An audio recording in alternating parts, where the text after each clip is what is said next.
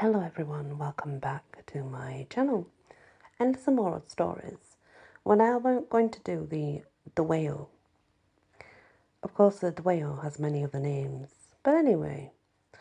The Dwayyo is a large, wolf-like bipedal creature that has been reported primarily in West Middletown, Maryland. The creature first came to prominence in the mind of the local population after a story ran in the local paper, the Frederick News Post, in late November 1965. Reporter George May wrote in the article, "Mysterious Dwayyo Loose in County," that a young man, named anonymously as John Becker, heard a strange noise in his backyard, which was situated on the outskirts of Gambrel State Park. Upon going out to investigate the noise, he initially saw nothing, so he headed back in.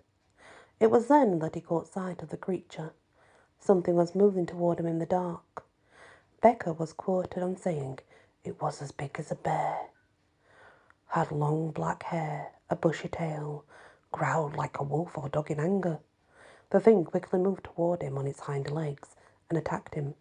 He fought off the creature and drove it back into the woods, later calling police to report the incident. According to other sources, this was not the first sighting of the legendary creature. In the 1890s, a local farmer reported seeing a dog-like creature 9 feet tall at Camp Greentop, Maryland. The first mention of the name, Dwayyo, comes from a sighting in 1944 from an area in Carroll County, Maryland. Witnesses heard the creature make frightful screams, and there were footprints attesting to the claims of the sighting.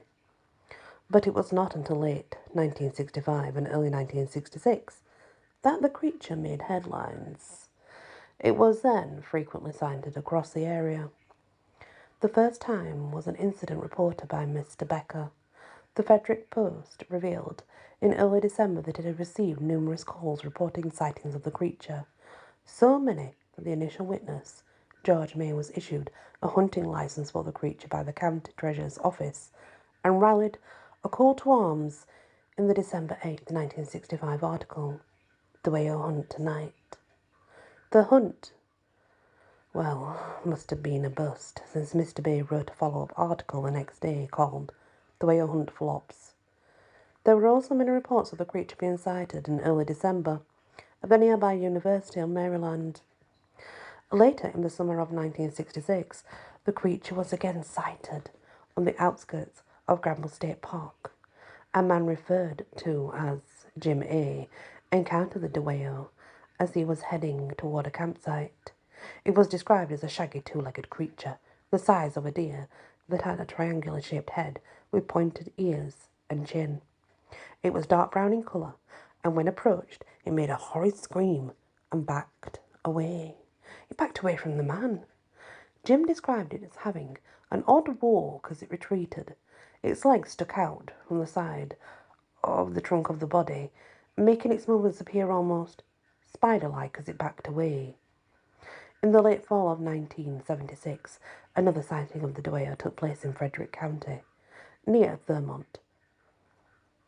This was between Cunningham Falls State Park and I think it's Catoctin Mountain National Park. Two men drove off Route 77 onto a private road so they could spot deer with their headlights in order to see how thick the native population had become before deer season. To their surprise, they did not catch a deer in their headlights, but instead a large animal ran across the front of their car. They described the creature at least 6 feet tall, but inclined forward since it was moving quickly. He said it was fairly large and similar to the profile of a wolf. The body was covered in brown or brindle-coloured fur, but the lower half had a striped pattern of noticeable darker and lighter banding. The forelegs, or arms, were slimmer and held out in front as it moved. The back legs were very muscled and thick, similar to perhaps a kangaroo. This was not a humanoid-type creature. It did not have characteristics of an ape. It was much more similar to a wolf or ferocious dog. However, it was definitely moving upright and appeared to be adapted for that type of mobility.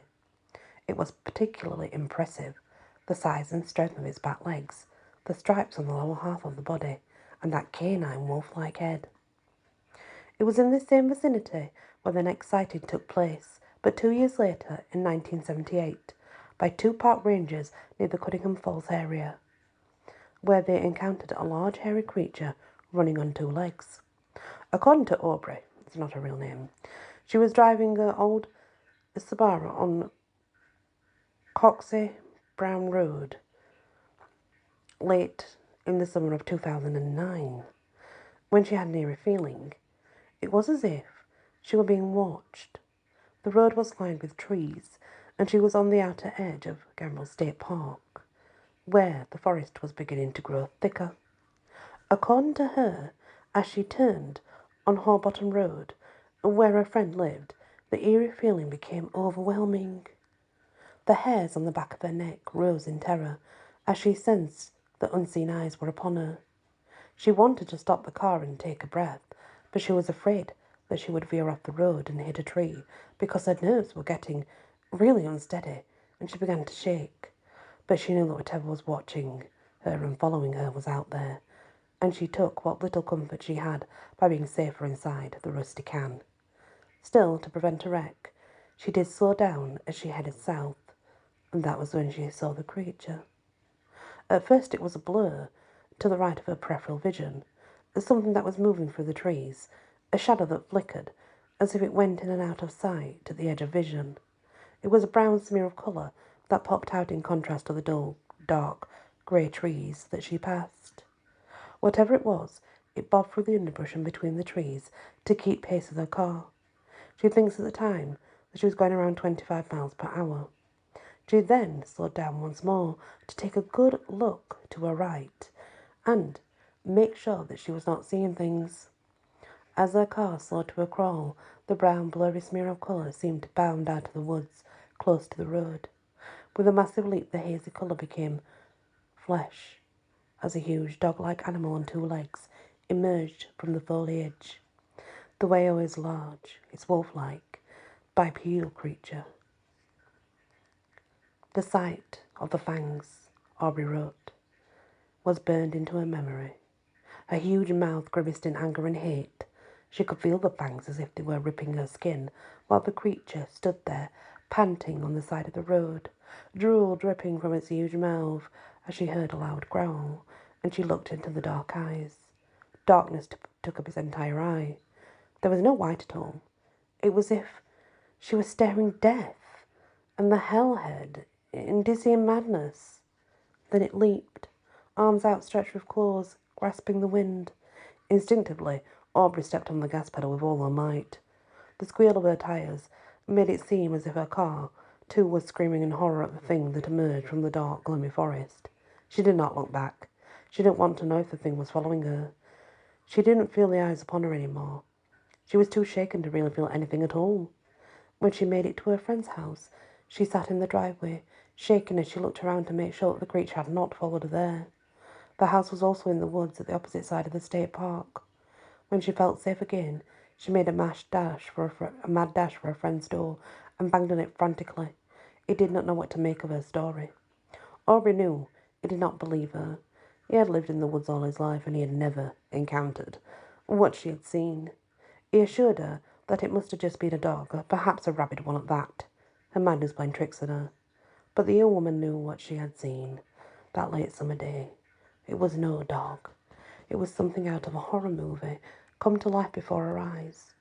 Though she told nobody what she felt it really was. She called it a werewolf, that is. Until after she did some research in the local college library and came up with the name that others called it, when they too saw the forest come alive. She encountered the Dwayyo. According to local authorities, there's always rumours of the creature being sighted in state parks surrounding Frederick County, but few are willing to come forward to make a formal report because they're afraid of ridicule or doubts about their sanity. Aubrey was one of those. Even though the encounter was one of the most horrifying things she'd ever experienced, the fear of what others will think of her because of what she saw is even greater. She vows that the creature she saw on Horbottom Road will not take anything else from her life. The Dwayyo has taken enough. And if you're familiar with those tales, the Dwayyo is like the dogman.